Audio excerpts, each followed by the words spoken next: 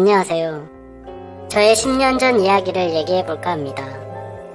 10년 전 와이프와 저는 30대 중반의 부부였고 초등학교를 다니고 있는 외동 딸아이 하나가 있었습니다. 집사람은 제가 다니는 회사보다 더 좋은 회사의 거래처 직원이었고 저의 고백으로 인해 연애를 하게 되고 저희는 결혼을 하게 되었습니다. 저는 전문대를 나왔고 집사람이 너무 마음에 들어서 제가 많이 따라다녔습니다. 아내는 4년제 졸업에 얼굴도 예뻤고 세련되고 몸매도 좋았습니다. 말도 사근사근하게 잘하고 상냥해서 누구나 반할 만한 그런 여자였습니다. 집사람과 9개월 연애하고 결혼했는데 진짜 세상이 다 제 것만 같았습니다. 결혼하고 집사람은 다니던 회사를 그만두고 딸아이를 출산하였고 저희는 행복한 나날을 보내고 있었습니다. 10년 동안 저희 부부 그래도 잘 살았습니다. 아니, 제 생각에만 잘 살았던 것 같네요. 아내가 예쁘고 날씬하고 누구에게나 상냥했는데 이런 점들이 어쩌면 다 불행의 시초였던 것 같습니다. 믿는 도끼에 발등 찍힌다고 저희 아파트 옆집에 이혼남이 이사를 온 시기부터 뭔가 제 삶이 뒤엉켰네요. 어느 날 옆집에 유명 배우처럼 생긴 30대 후반의 이혼남이 이사로 왔습니다.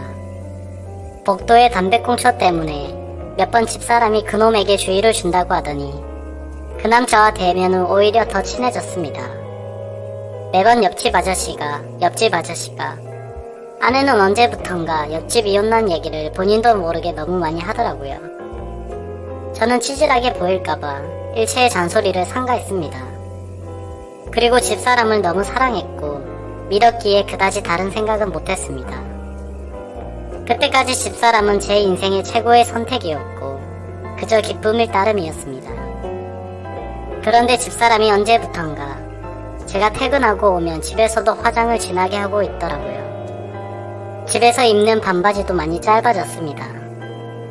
맨살을 너무 많이 드러냈어요. 아이 엄마가 너무 노출이 심하다고 동네 아줌마들 사이에서도 말들이 있었습니다. 과거에도 가끔 그런 적이 있어서 저는 대수롭지 않게 생각하고 여자의 한때 기분 이려니 했습니다. 그때 바람의 징조로 포착했어야 했습니다. 그러다 한 번은 일요일에 집에서 집사람이 샤워를 하고 나오는데 전혀 못 보던 야한 속옷을 입고 있었습니다. 도저히 주부의 속옷으로 보기가 힘들었습니다. 평소와 다른 모습에 조금은 이상했지만 출산하고 여자로서의 자존감을 되찾으려나 싶어 다른 속옷도 선물해 주었습니다. 이상한 일은 점점 많아졌습니다. 옆집 이혼남이 주말에 가끔 엘리베이터에서 마주치면 제 눈을 똑바로 쳐다보지를 못하더군요. 뭐 그러려니 했습니다. 성격이 좀 소극적이거나 수줍음이 많은가 보다 생각했고 그저 내성적인 사람이려니 생각했습니다. 반상회에서도 말이 많았다더군요. 남자가 원래 착한 사람인데 이혼을 하게 된 이유도 전 부인이 바람을 펴서 저렇게 혼자 된 거라고 동정을 얻었다고 들었습니다. 애들은 시골에 있다고 했고 조부모들이 키워준다고 들었습니다. 이혼남은 주말에 교회도 혼자 나가더군요. 단정히 성경책 들고 예배 가는 모습에 별다른 생각은 할 수 없었습니다. 겉보기에는 정말로 절대 문제가 있는 사람 같아 보이지는 않았습니다. 퇴근길에 그 옆집 남자가 아파트 앞에서 혼자 쓰레기 줍는 거 보고 조금 놀랬거든요. 제가 보기에는 친절하고 예의 바른 사람이었고 집사람이 이혼남에게 반찬을 갖다 줄 때도 별다른 의심이 없었습니다. 저희 아내는 아이를 낳고 항상 운동을 하고 관리를 잘 했기에 몸매도 아이 출산하기 전처럼 좋았고 피부도 많이 좋았습니다. 아내는 금전적인 부분 때문에 부자들이 하는 고급진 관리를 못 받는다고 불평하면서도 필라테스나 요가 같은 운동을 꾸준히 했었습니다. 저도 그때는 한창 왕성할 때였고 관리를 잘하는 아내가 너무 사랑스러웠습니다. 그러나 언제부턴가 아내는 저와의 사랑을 이 핑계 저 핑계로 피하더라고요. 그러면서 점점 행동이나 표정이 이상해졌습니다. 집에서 입는 옷도 신경 쓰는 눈치고 화장도 점점 과해지는 게 느껴졌습니다. 아내에게 무언가 있을 것 같다는 의심이 들었고 일을 하면서도 별의별 생각을 다 해본 것 같습니다. 뭔가 이상하지만 결정적인 사건이 없었기에 딱히 조치할 방법 또한 없었습니다. 살다 보면 집사람도 한눈 팔 수도 있고 봄바람에 그러려니 하고 빨리 제자리로 돌아오기를 바랬습니다. 뭐 사람 마음이 그렇지 않을까요? 편하게 생각하려고 해도 자꾸 이상한 기분이 지워지지 않는 더러운 기분들이 계속해서 들었고 친구들과의 술자리에서도 제 고민을 털어놨습니다. 많은 고민을 하는 저에게 친구는 솔깃한 방법을 제안해 주었습니다. 집안 천장에 작은 소형 비디오를 설치하는 게 어떻냐고 권하였고 저는 이대로는 안 되겠다 싶어서 결국 설치를 하게 되었습니다. 지금부터 세상에 이런 일이 있을까 싶은 반전 드라마가 시작됩니다. 저는 저보다 덩치 좋은 옆집 이웃남을 패죽이려고 작은 박달나무 몽둥이를 준비했습니다. 아내와의 불륜이 확인되면 그냥 패버리고 징역이라도 가겠다고 각오도 했습니다. 그리고 떨리는 마음으로 며칠 동안 매일 비디오를 틀어보았습니다. 세상 지옥이 따로 없더군요. 어느 토요일 제가 출근하고 나서 어떤 허울에 멀쩡한 남자가 우리 집에 슬쩍 들어오더군요. 딸아이는 어느 집에 놀라고 보냈는지 보이지도 않았습니다. 집사람이랑 나란히 앉아서 TV를 보면서 아주 둘이서 웃고 난리가 아니더군요. 그 남자는 집사람 반바지 입은 허벅지에 손을 올리더니 치울 생각을 안 하더군요. 아주 쉴 새 없이 제발 거기까지만, 딱 거기까지만 생각하면서 제가 얼마나 기도를 했는지 모릅니다. 하지만 제 바람은 보기 좋게 무시당했습니다. 영상에는 차마 눈 뜨고 볼 수 없는 행동들이 계속되었습니다. 아내는 참 많이 좋아하는 것 같았습니다. 제발 아내가 제 믿음을 배신하지 말고 저놈을 밀어냈으면 하고 끝까지 기도했습니다. 마음은 무너져 갔지만 차라리 거기까지라면 그래도 괜찮았습니다. 하지만 내석하게도 제 바람은 처참히 짓밟혔습니다. 왜 집사람이 그간 그런 속옷들을 입었는지 그 이유를 알 것 같더라고요. 힐끗 그 남자의 얼굴이 보였는데 옆집 이웃남이 아니라 아랫집에 사는 제 딸아이의 친구 아빠였습니다. 그 아이와 제 아이가 친구라서 부모들끼리도 잘 압니다. 아랫집 남자는 나이가 많고 선비마냥 점잖은 사람이었기에 정말 상상조차 하지 못했었습니다. 정신이 나간 아내는 딸아이의 친구 아빠 앞에서 절대로 할 수 없는 짓을 하더군요.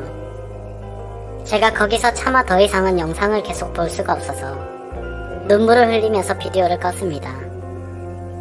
온몸에 힘이 빠지고 어지러워서 움직이기가 힘들더군요. 그 아래친 남자는 학력도 좋고 직장도 좋은 소위 엘리트라는 사람이었습니다. 언젠가 그 집 부부랑 같이 식사 후 자기가 엘리트 아래친 남자랑 코드가 잘 맞는다면서 그따위 소리를 주절거렸을 때 눈치를 챘어야 하는 건데 싶었습니다. 인터넷에 이 사연을 올려서 이 잡것들을 생매장시키고 세상에 차마 얼굴도 못 들고 살게 만들려고 했는데 차마 딸아이 때문에 도저히 그렇게는 못하겠더라고요. 그러면 차라리 내가 잘못되는 게 그게 최고의 복수겠지 생각하고 옥상을 2번이나 올라갔다 내려왔다를 반복했지만 차마 겁이 나고 마음이 약해져서 돌아왔습니다. 결국 저는 저희 누님에게 저녁에 딸아이 좀 데려가서 맡아달라고 부탁했고 장인 장모를 모셔왔습니다. 보여드릴 게 있다고 말씀드리고 저는 아무 말 없이 녹화된 영상을 틀어드렸습니다. 그 잘난 당신네 딸, 좋은 대학, 좋은 회사 출신이라며 자기 사이를 은근히 무시하던 장인 장모, 정말 표정이 가관이었습니다. 장모님은 울어버렸고 장인 어른은 줄담배만 피우더군요. 자식 잘못 키운 죄라고 장모님 제 손 잡고 울고 딸년이 한 번 더 그러면 자신이 먼저 딸년 앞에서 약 먹고 죽겠다고 하셨을 때 저도 마음이 조금 흔들렸습니다. 하지만 아내의 불륜 영상을 직접 보게 된 저는 더 이상은 이 관계를 유지할 수가 없었습니다. 딸의 충격적인 영상들을 끝까지 본 장인 장모는 두 분 다 더 이상 말을 잇지 못했습니다. 그렇게 한참 시간이 흐르고 장인 장모는 집으로 가셨고 저는 집안에 있는 가구들을 하나하나 다 때려 부셨습니다.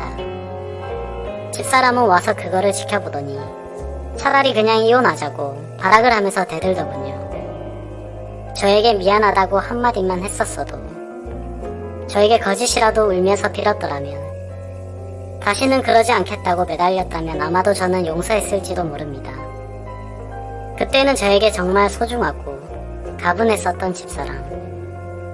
저는 진짜 아내를 사랑했었습니다.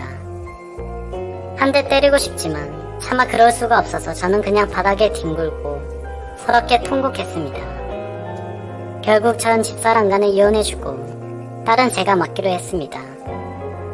독신이었던 누나가 저희 집으로 와서 딸아이를 잘 키워줬습니다. 저는 제 딸 하나만 믿고 정말 열심히 살았습니다. 거친 현장직이고 수입도 변변치는 않았지만 항상 추가 근무를 지원해서 했고 일이 없는 날에도 대리기사를 뛰면서 정말 열심히 살았습니다. 제가 부족해서 엄마 없이 키운 죄, 물질적으로 풍족하게 해서라도 딸에게 보상해주고 싶었습니다. 저는 12년째 낡은 구두를 고쳐가며 신어도 제 딸 옷과 신발은 꼭 메이커로 사입혔습니다. 딸이 원하면 유학도 보내주고 시집 갈 때도 진짜 잘해주리라고 마음먹고 악착같이 일만 했습니다. 술도 마시지 않았고 담배도 끊었습니다. 하루에 15시간씩 고된 일을 하고 집에 들어와서 공주님처럼 곤히 자고 있는 제 딸을 보면 신기하게도 모든 피곤함이 싹 가시더라고요. 딸아이가 건강하게 잘 커져서 고마웠습니다. 그러다 딸아이는 초등학교를 졸업하고 중학교에 들어갈 때쯤 저에게 중매가 들어왔습니다. 여자가 얼굴도 참하고 다 좋은데 다리를 절더군요. 공부도 많이 못했고 모은 돈도 500만원 정도밖에 없다고 했습니다. 허우대 멀쩡해서 예쁜 몸 자랑하느라 이 남자 저 남자한테 눈웃음 치면서 사는 여자보단 다리를 절어도 마음을 저는 것보다는 제대로 정신 박힌 여자가 더 낫겠지라고 생각했습니다. 저희는 그렇게 중매로 만나서 따로 식은 올리지 않고 혼인신고만 했습니다. 이후 살림을 합치게 되었고 그 다음 해에 아들을 낳았습니다. 지금의 아내는 처절하고 아팠던 제 과거를 보상하는 복덩어리였습니다. 빈손으로 결혼해서 미안하다며 살림이 도움이 되고 싶다고 동네 마트에서 다리를 절면서도 알바를 하더군요. 딸도 사춘기를 잘 극복하고 공부도 잘해서 올해 서울 상위권 대학에 입학했습니다. 그래도 머리는 지엄마 닮아서 공부는 잘했네요. 예전 집사람은 지방에서 연하남과 살림을 차렸다고 하던데 가족들에게도 도통 연락이 없다고 하더군요. 뭐 그러던지 말던지 저는 제 인생을 살려고 합니다. 이제는 저는 두 아이들을 위해서 그리고 지금의 아내를 위해서 더욱더 열심히 살 겁니다. 이 사연을 보시는 분들은 절대 바람 피우지 않으셨으면 합니다. 남의 영혼에 상처 주지 말고 제발 남의 눈에 피눈물 나게 하지 마세요. 겪어본 사람으로서 가장 사람을 비참하게 만들고 나락으로 떨어뜨리는 짓입니다. 어제 성과금이 들어왔는데 오늘은 오랜만에 아내와 저녁에 소주 한잔 마시면서 하루를 정리할